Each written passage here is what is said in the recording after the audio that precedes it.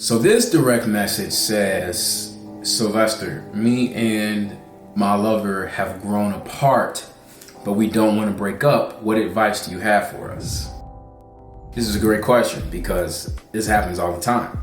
People grow apart, they grow in different directions. You're so busy working here, you're in school over there. There's just so much going on. You guys don't want to break up, but you've grown apart. So I actually think that's a good thing because you have a realistic viewpoint of where the relationship is at. You have a realistic assessment of what's missing and you have a goal. You want to be together and you want to grow back together. Because of that, I don't see this as a bad situation. I see this as a normal, regular situation that happens. I think sometimes the advice could be, go back to what worked. Well, I think that's true. All right. I think there's some elements of that's true, but I think that you guys have changed and you've evolved.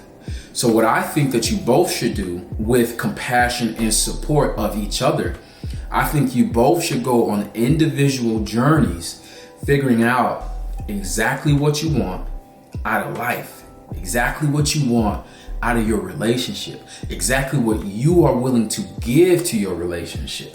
I think both people need to do that introspectively on their own, but in the comfort and in the support of the relationship. Maybe journaling. I would recommend journaling those thoughts and then being willing to share those thoughts. Like, look, here's what I'm thinking.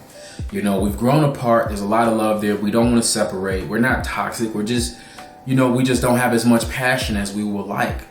So, and I'm just going to make up a random thing off the top of my head. I'm not telling you to do this, but I'm just thinking if I was in this situation. How about one of us takes a 2-month trip, 1-month trip?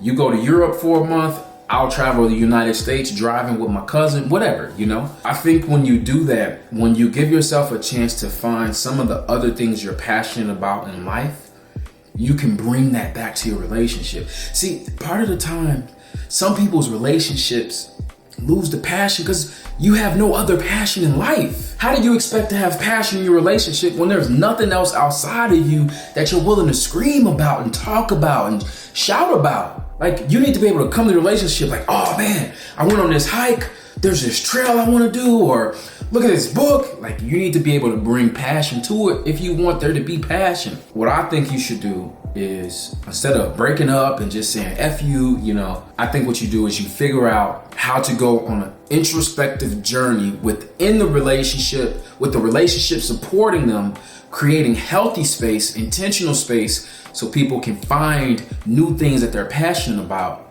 so they can bring that back. Thank you for that one. That's a good one.